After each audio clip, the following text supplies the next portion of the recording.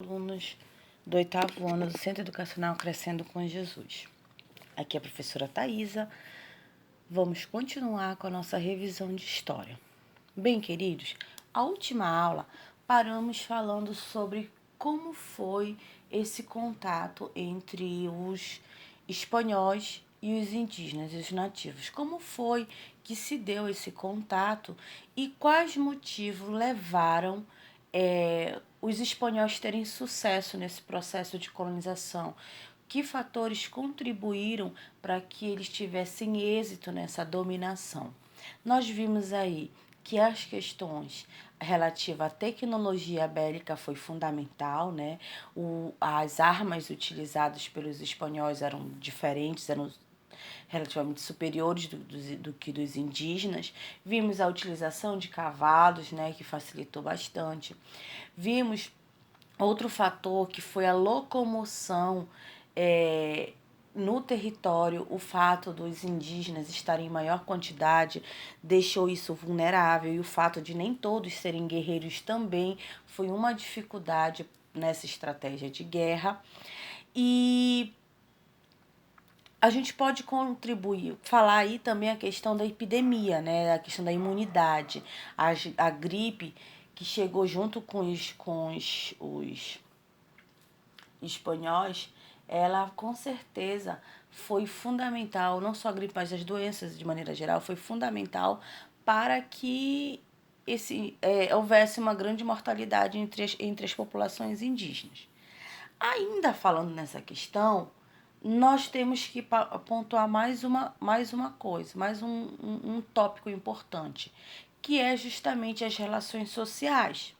Por que as relações sociais? Porque os indígenas, eles já tinham rivalidades entre si. Antes mesmo dos espanhóis chegarem aqui, eles tinham rivalidades, conflitos, comunidades indígenas acabavam dominando outras comunidades. A gente tem um exemplo aí dos astecas, os incas, que cresceram, que formaram impérios à custa da dominação de outros povos, né? Então, esses povos que eram dominados por esses grupos indígenas ou os demais grupos, os dominados, eles viram possibilidades de se aliar ao colono espanhol, ao colonizador espanhol, para tentar meio que se vingar, para tentar ter esse revanchismo em relação aos indígenas. Então, já existia uma certa rivalidade entre alguns grupos. Então, o que aconteciam?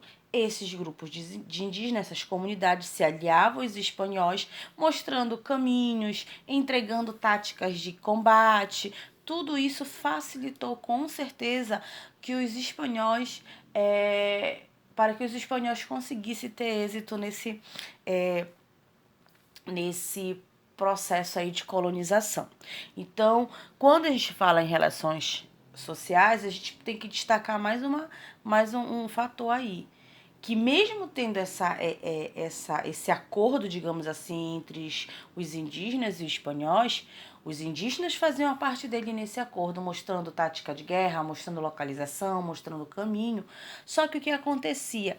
Quando os espanhóis conseguiu dominar aquele outro grupo rival indígena, eles desfaziam o acordo e acabavam muitas vezes até mesmo escravizando aqueles que tinham sido seus aliados, ou seja, ele traía a palavra, né, e se voltavam contra esses povos que haviam lhe oferecido ajuda, que haviam se aliado, né? Então esse também é um fator com certeza importante nesse processo de colonização, a relação social já existente no território americano, entre os indígenas. Agora, nós vamos falar como foi que aconteceu de fato essa colonização. Quando a gente pensa no processo de colonização, a gente tem que pensar em algumas questões, como organização política, como administração, como é que vai ser a economia, como vai ser pautada. Na questão da organização política, nós vamos pensar o seguinte: esse território da América Espanhola era completamente extenso. Se vocês observarem no mapa, pega aqui desde a região onde é atual México e vem, olha, pega a parte, geograficamente falando, parte da América do Norte, parte da América Central e parte da América do Sul. Então, é um território muito vasto, enorme. Então, o que foi que eles decidiram fazer? Para melhor poder organizar, para melhor administrar esse território e também com o intuito de incentivar alguns espanhóis para virem para cá, a coroa espanhola decidiu dividir em 4 grandes vice-reinos. O primeiro foi o vice-reino do Peru, que é onde está localizado o Peru. O vice-reino Nova Espanha, no atual México. O vice-reino do Rio Prata é onde hoje está localizado a Argentina e o Paraguai. E o vice-reino Nova Granada, que é onde é o atual Colômbia, Venezuela e Equador. Então, esses vice-reinos, como eu falei, tinham a função de administrar e de proteger.